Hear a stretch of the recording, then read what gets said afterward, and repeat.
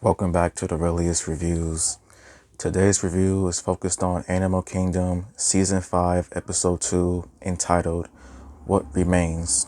And the official synopsis of What Remains is: as Pope handles Smurf's remains, Craig and Ren balance their old lives with being new parents. Jay finds a new job through a no contract, and Darren can't outrun his past with Adrian. I would say that this episode, it was a good episode. It wasn't anything compared to last week with the craziness, but I think this episode does a good job of just setting things up for upcoming episodes. So here's my episode recap and my episode review. So the episode begins with just a previous flashback of what happens in the last episode before it opens up with Pope trying to fix the house up, like fix the doors and everything after the crazy Call of Duty shooting from the first episode of this season, which was, in my opinion, one of the craziest shootings of all time in this TV show. So Jay gets ready for the meeting with Smurf's lawyers about her estate, and Pope is still not feeling all that well since Smurf is gone, not coming back, before we get a flashback scene from a young Smurf, and we finally see for the first time a young Pamela Johnson, who is the beneficiary for Smurf's estate. And we see that Smurf and Pamela have known each other for a long time. Smurf is in a pawn shop doing some things that she doesn't have no business doing, while Pamela's in a car with a young Pope and the other sister. I'll say that. And so we see that Pope has always been crazy since he was young, because he's holding a knife like he's a professional and everything. So then, long story short, freaking Smurf robs the pawn shop of the jewelry before Pamela hits the guy with the car.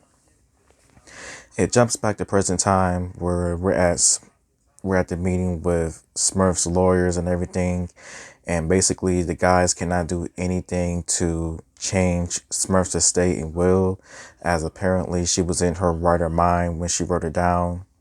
And understandably, the boys are aggravated, pissed off, because they're trying to see how they could change the entire situation.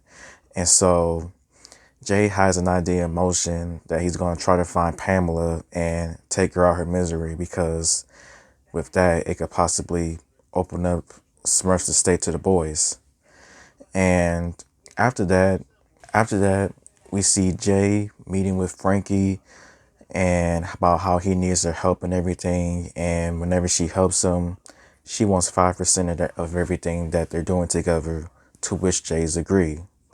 And then we see Craig and Duran, since getting a helpful tip from Ren, Craig's baby mama, about this job and everything, about how she made over 5,000 from somebody. They decide to rob a boat, and it backfires, because first of all, the people that were in the boat were playing with dollars, not $100 bills. So they decide to tie the boys up, take the jet skis, and basically plant drugs on them to get them caught, which is kind of a piece of crap move, to say the least. So then Pope, he is still feeling down about Smurf being gone. He tries to trade her car in for a different car. He then tries to go to the funeral parlor to have her buried, but he can't do it on that day since they're all closed and everything. Like, to me, Pope is losing it. Like, he is losing it the faster each day goes by, because I don't know why he's upset that Smurf is gone. Like, Smurf has done a lot of horrible things to him, and we see that prevalent in his childhood, but he's still not happy with Smurf being gone. And meanwhile, Duran is still not happy that Adrian's being gone, when an FBI agent shows up, basically trying to talk to him, saying that he remembers him and everything, as with Adrian's betrayal, working with the feds. So Pope and Darren, they're kind of losing it right now, as they're both going through some type of heartbreak or just pain that they can't go through. And then Jay gets a visit from one of Smurf's old friends and people that he worked with frequently in the last season, Pete. And Pete tells Jay about this crazy job that involves all the guys getting involved to steal some things out of an airplane that crashed. And since nobody is looking for it, they have a good head start. So then Jay tries to tell the boys about the job, and they're like, as long as Pope is in, then they'll do the job. So only time will tell when that job is going to appear in the episode.